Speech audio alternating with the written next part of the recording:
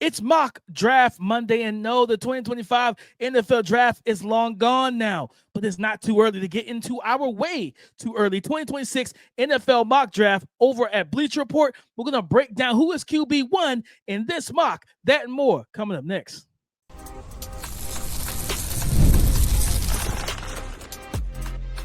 You are Locked On NFL Draft, your daily podcast covering the NFL Draft. Part of the Locked On Podcast Network, your team every day.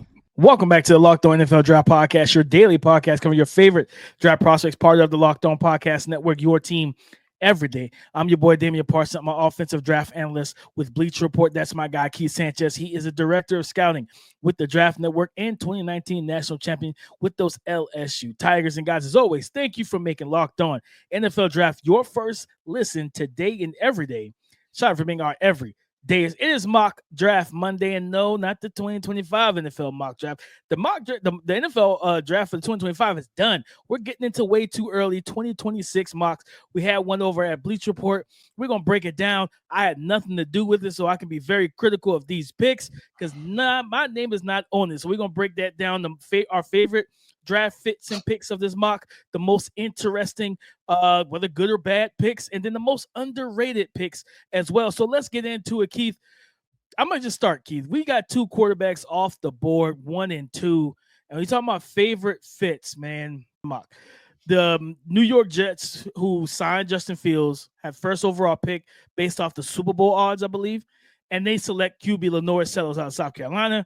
Shocker, Quinn Ewers' backup, Arch Manning, who's supposed to be the guy this year, was not number 1, but because he was at number 2, he went to the Cleveland Browns, who we know just selected 2 quarterbacks, one at 94, top 100, Dylan Gabriel, and Shedeur Sanders in the 5th round.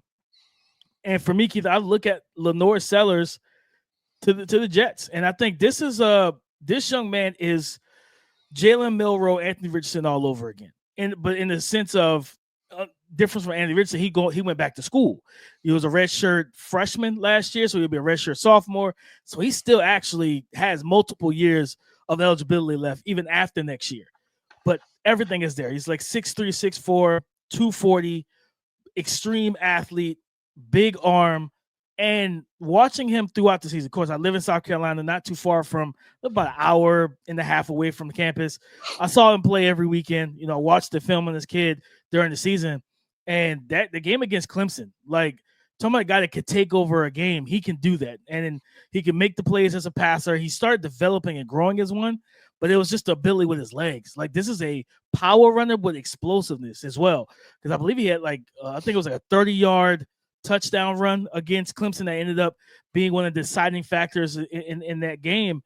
And I think he has the potential to be a first overall pick. What he has to do now is go back to school and just continue that development in that Shane Beamer, on that Shane Beamer team, in that Shane Beamer offense. Truthfully, Keith, he has to do what we wanted Jalen Milroe to do. Take that true step in the development to solidify yourself as a top 10 selection. We knew Jalen Milroe has a top 10 talent, but he just didn't take that step fully. LaNorris Sellers needs to do that if he wants to be the first overall pick, and dare I say, go over a guy like Arch Manning, because at the end of the day, tools-wise, physically, he's going to be superior to Arch, but Arch has that, he's got the name. He's Arch Manning. He's one of the Mannings. So that number 1 overall pick, I love that, because then you don't really change the offense much. Whatever you run for Justin Fields, you still can run that with LaNorris Sellers as your quarterback. Yeah, so I look at the pick,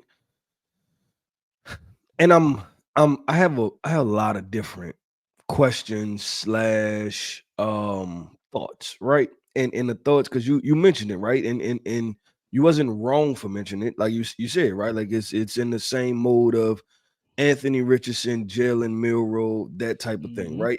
And I guess based off of this past draft, and everybody knows that I watched the film WTF and kind of go to the beat of my own drum, right? And say how I feel about it and roll with it. But if history tells us anything, then the truth is that this guy can go anywhere from the 3rd round to I guess the number 1 overall pick, right?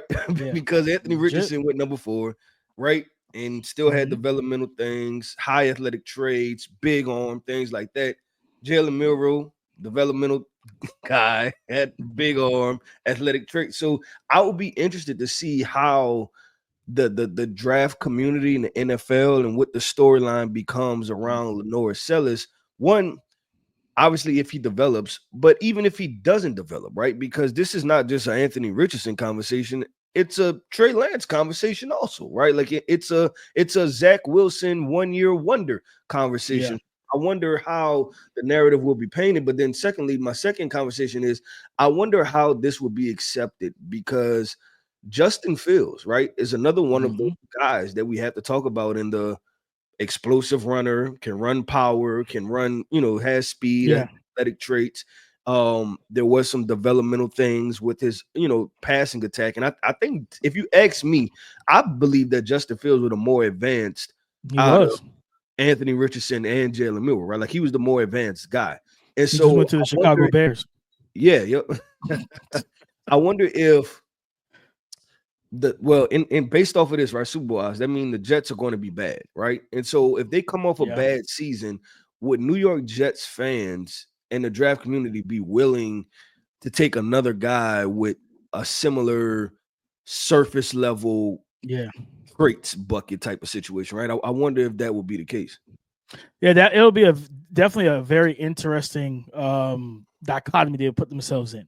And I think that's going to be that's why it's of course this is what May. That's why it's so big for heading into this year. Like, and for those who did not watch LaNorris Sellers last year, for South Carolina, anybody watched South Carolina knew that they were not a team that had a lot of passing weapons like receivers and things of that nature. He completed 65% of his passes. He threw 18 touchdowns. He had 7 interceptions on the season. He averaged about 8.5 yards per attempt. And then, of course, with the rushing ability on the season last year, 141 carries, 852 rush yards, averaging 6 yards per rush, and 7 rushing touchdowns and everything. He's like, again, there's development that has to happen with him. He was a first-year true starter last year because he was the guy sitting behind. I think he redshirted the year that Spencer Rattler was there and everything. So he sat on the bench. He redshirted. He came as a redshirt freshman. And, I mean, to your point, Keith, if he doesn't have a great season or that uptick in the season like we expected, we want to see from Jalen Milroe, this young man, he's so well-spoken, very coachable, intelligent kid.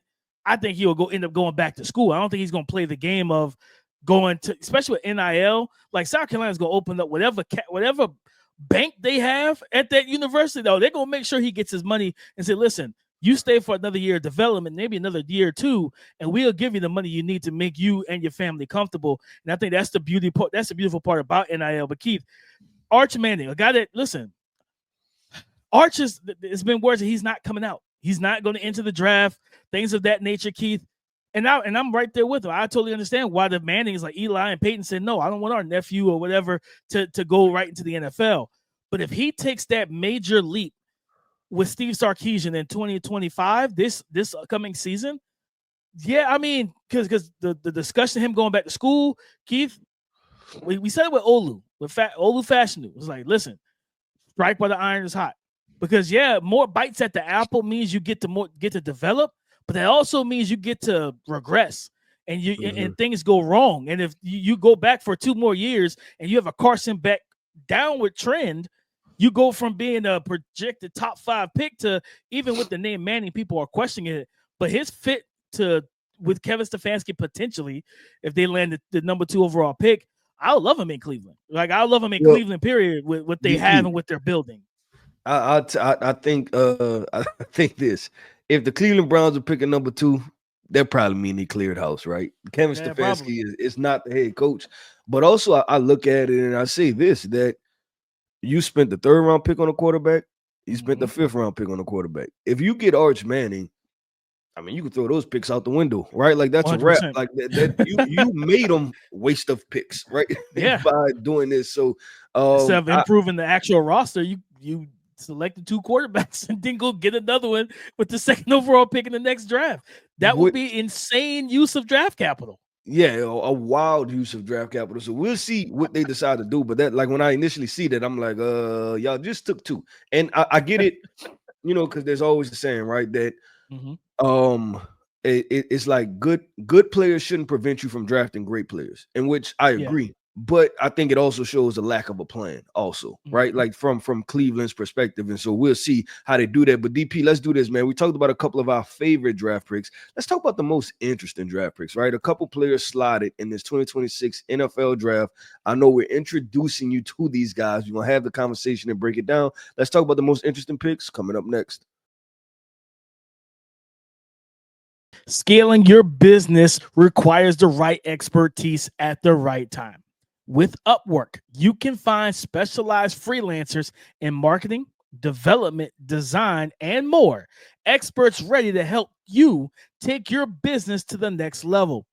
Upwork gives businesses flexibility by connecting them with top freelance talent across multiple industries, including IT, AI, web development, and marketing. Whether you need extra hands for a project or a long-term partner, Upwork makes hiring simple and affordable. It's all about finding the right talent. If you need help with a marketing campaign, Upwork can connect you with a freelance expert who delivered incredible results. So visit Upwork.com right now and post your job for free. That's UPWORK.com, Upwork.com, to connect with top talent and grow your business today. Keith, when you say most interesting picks from our Bleacher Report way too early 2026 mock draft, I don't go far, Keith. We just talked about the first two picks. I go right to 8. Cleveland Browns with that trade with the Jacksonville Jaguars. Now the Jaguars are at 8. Man, for Cleveland, you got to feel good about that because you get 2 top 10 picks and you get to pair Arch Manning and my guys over there at BR. I wasn't a part of this because I was in New York. They selected Nick Harbor, the freak athlete wide receiver from South Carolina, 6'5", 240. I think he turned 19 back in July, so he'll be, I think, 20 years old. And for those who don't know about what type of athlete he is, this is a guy 6'5" in the 100, ran a 10-1 in the 100-meter dash. He also ran a 20-20 in the 200-meter dash. Like, yeah, this is a. Remember when DK Metcalf went and raced the track athletes, the actual guys who run it, and how different of a build that looked? Yeah, it's that same situation when you got 6'5", 240. But this is not a guy that's very well-rounded as a receiver. He was coming in as a defensive end, to be completely honest. He was coming in as a defensive end, and they looked at him and was like, yeah, he's probably, like, if you could get him to hit as a receiver, or you got yourself a weapon. He's come off a season where he was targeted 42 times, 26 catches, 376 yards. He did average over 14 yards per catch, only 3 touchdowns. He plays predominantly on the outside. For him to go top 8, that means he had a massive leap in production and in development. This is a guy that's not a great route runner right now. The nuance and details of the position, because he's not a bona fide true wide receiver, up to this point, it's not there yet. So this offseason is going to be big for him. Now, he's still, like, similar to LaNorris Sellers. He doesn't have to come out into the draft. He can wait and stay to his senior year and really become – because, when you talk about that type of speed with that build and body type and seeing him, I believe he was at the pro day and I saw him out on campus. Like, yeah, this dude looks like he might be the next coming of Megatron. Like, he's built like that, still growing into his frame and having that type of elite speed with the physical tools. But it's like, yeah, this is interesting at top 10 this is coming off a season where he caught 376 yards. Yeah, that's a little too high for me right now. That's a high projection. Now, like I said, him and LaNorris Sellers could rip it and tear it up in the SEC. I got to see it happen first for him. I understand the LaNorris thing because LaNorris put a lot more on tape. Yeah, Nick Harbor, it's still a lot that has to be figured out with this game. Yeah, no, I agree with you there, DP. Just watching him, right? Like you could tell there's some route running things, refinement, hands, just knowing where to get, things like that. Like, it's not just obviously if football was simply playing track, then Usain Bolt would be the best football player ever, right? He would be the best. He'd be able to make the transition, make himself $40 million a year and keep it pushing. Right. So I agree with you on that. I'm gonna go with this. Like, there's a couple different things. First of all, I think there's 5 quarterbacks in the first round of this mock draft. And the most interesting thing I'll say this is that, and I guess part of this is projection, right? And you have to kind of think like, what years are these guys going to have? I don't foresee Drew Allar having a better year than Garrett Nussmeier, because I was going through and I was looking at the quarterbacks, and I don't think Nussmeier is on here, and I see Drew Allar, and that's an interesting spot that he fell to the Indianapolis Colts. And Drew Allar is another guy that we talk about tools, right? And it's not the like strong runner. He's not a QB power guy, but you talk about big arm and can make all the throws. But for him, it's a decision making and being able to quickly process situation, right? And we seen it kind of unravel. That was the Oregon game, right? That they finished the season with Oregon, I believe. No, in a Big Ten championship game. And then they went to the playoffs. It was Boise. It was Boise State. Yeah, I was trying to remember. Oregon, that was a good game. It was Boise State. And he kind of didn't have to do what he did, right? It was just like you didn't have to do this. I believe it was Boise. And so I'm interested to pay attention to Drew Allar, just how he develops from a mental perspective, because they're all physical tools there. It's just tough to project him. And even coming off a year, and we still seen Jackson Dart go in the first round, but we seen year over year that Jackson Dart kind of had the same issues when it was big time moments in big time games and just making plays that you just kind of scratch your head a little bit, like, why did you do that, right? So I'll be interested to see Drew Allar and how he develops. But going to the Colts is interesting, obviously, because that would be the sign that, hey, the Indianapolis Colts are done with Daniel Jones / Anthony Richardson. So I guess that's something to definitely pay attention to. Yeah, the whole entire coaching staff is gone. The GM is gone. The coach, it's just a new regime, and they're going to draft their guy. The game you're talking about, I know you're talking about in the playoffs, it was the Notre Dame game. He had some bad mistakes late in that game. They lost 27-24 because I think they whooped Boise.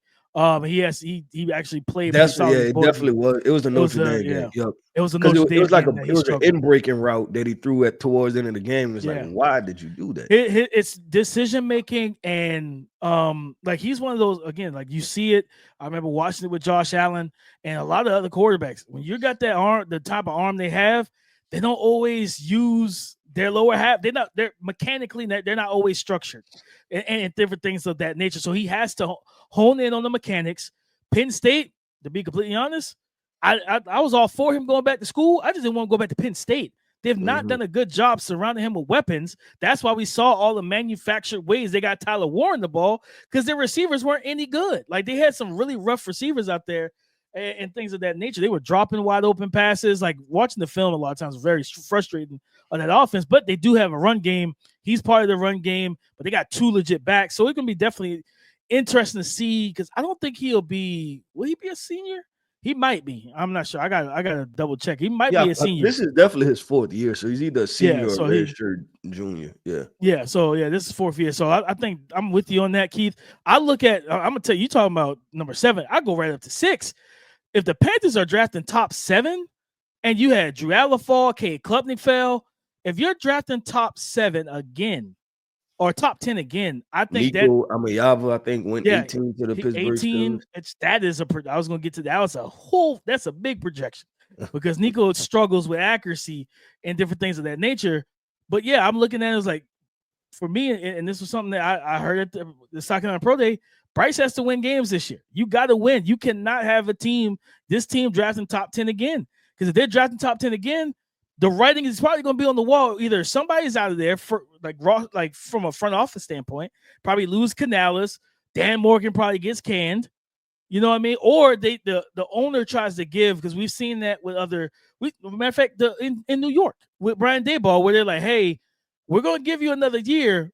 You got a top 10 pick, go get you got that pick, go get your quarterback, right? And he went and got Brian Daboll, got his guy in Jackson Dart. That's what all the reports said. Brian Daboll loved Jackson Dart. Joe Shane, not so much. He loved Shador. So it was just, they were split, but the coach got what the guy he wanted and everything. And so I think that's the type of situation you could potentially get in Carolina. As much as I think Francis Mauiaga, the offensive tackle, the 5-star recruit for Miami, could be a great fit, because Taylor Moton, I think, is coming up on a contract where they can go ahead and let him go, save money. get a younger replacement and let Icky get ready to try and potentially pay Icky, yeah, that could be a great course of action if you're like drafting at 18. But if you're top 10 and you're at 6 and three quarterbacks fell after you, like, no, I don't think Bryce is going to survive that situation. He's got to win games, especially in one of the divisions that everybody look at as the worst division in football. You got to kind of uplift that team and get them where they need to be, Keith. But I want to go to 9. It's crazy. We're really staying inside the top 10 talking about this stuff. There was a quote that came out that the Raiders didn't select Shedeur Sanders because they didn't want the same controversy that the Falcons had when they selected Michael Penix Jr. They just paid Geno Smith. They didn't want to bring in a rookie quarterback. They brought in Cam Miller in like round 6, but yeah, I mean, no disrespect to Cam. Nobody's worried. Nobody's thinking you're going to take the job.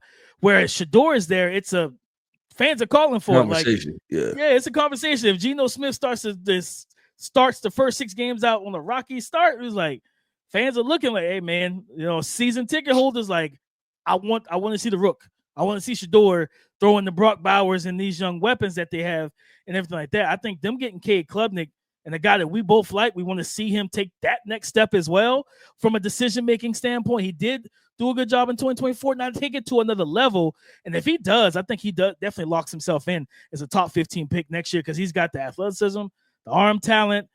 He's accurate. It's all about the decision-making consistently down in and down out. But that's a very interesting pick because you're just saying like, you know what? Yeah, Geno, you did solid, but we still ended up with a top 15 pick. We're going to get our guy. Yep, I'll say that with DP. This is what we're going to do, man. You said we've stayed inside of the top 10, right? And coming up next is the most underrated picks. And I'll tell you this, my most underrated picks are outside of the top 20. So stay tuned, and I'm talking about 2 defensive linemen. We're going to talk about that coming up next.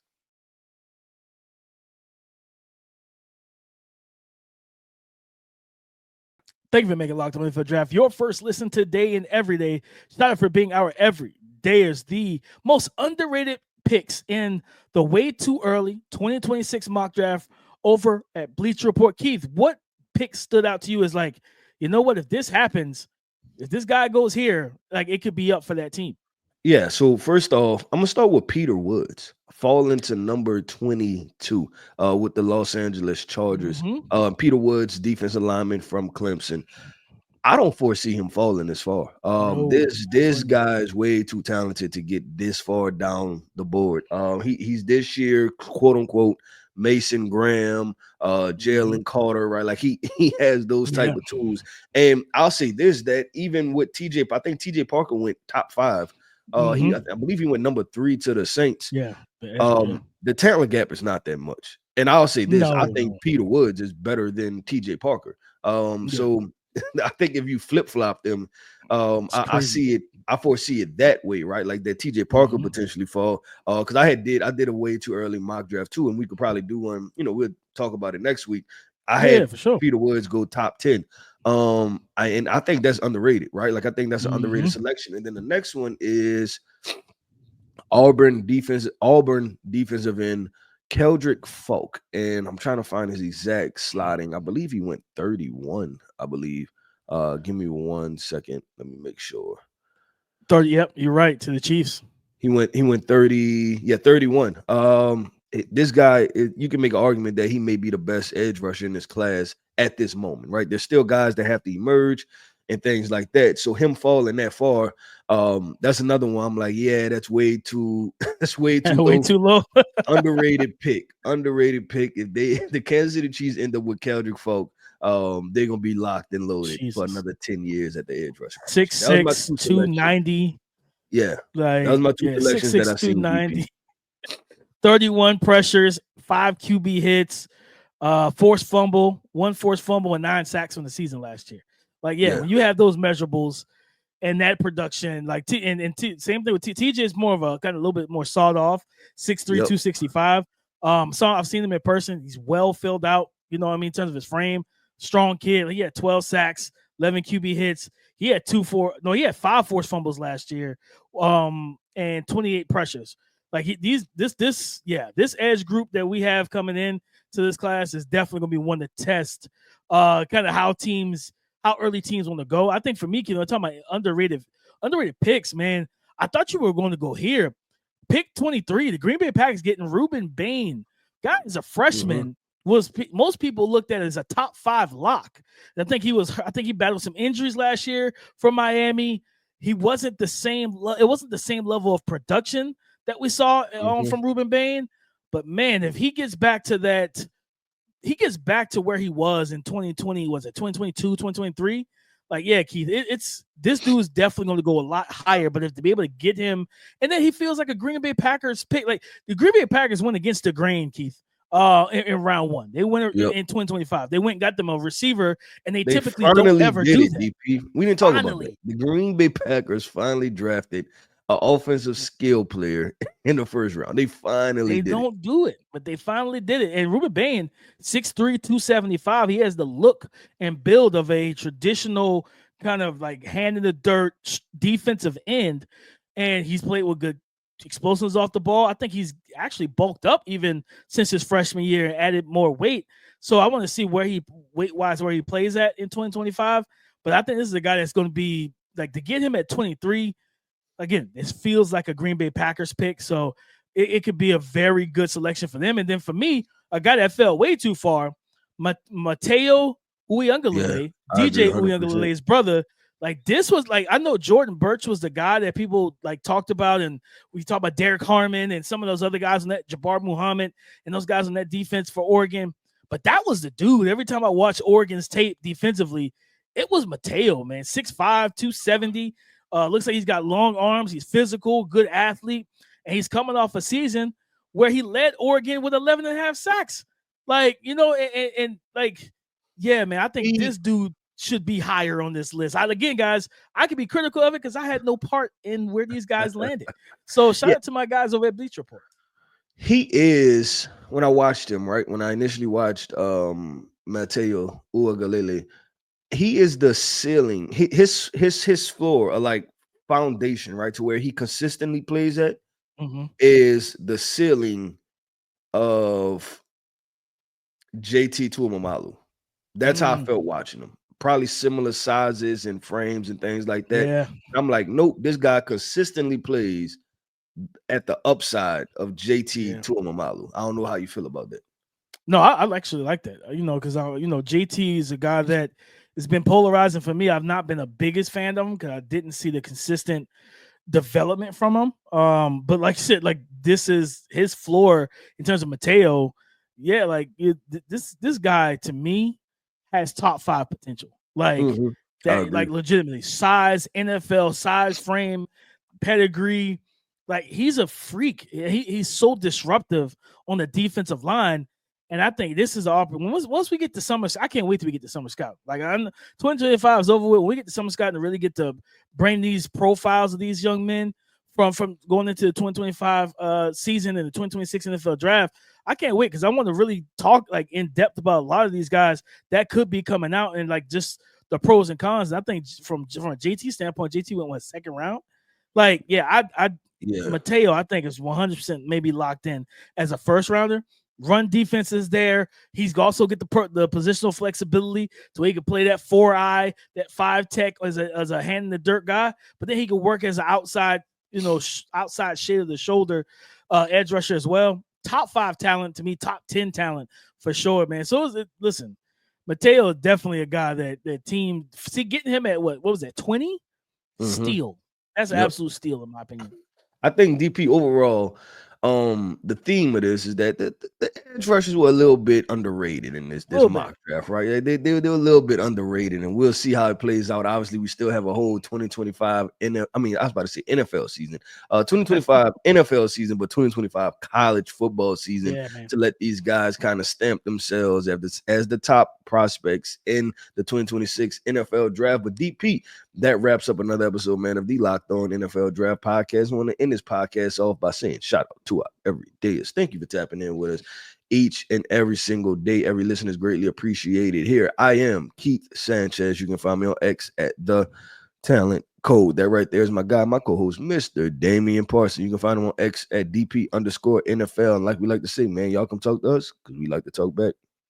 Go subscribe and follow for free on YouTube, wherever you listen to podcasts, to get the latest episode as soon as it is available, guys. Coming up on tomorrow's show, Keith alluded to it. The Green Bay Packers finally went wide receiver in the first round of an actual NFL draft. We're going to talk about that guy, Matthew Golden. Can he be their wide receiver one? We're going to make that case on tomorrow's show. So come and join the conversation again tomorrow on the Locked On Podcast Network, your team every day.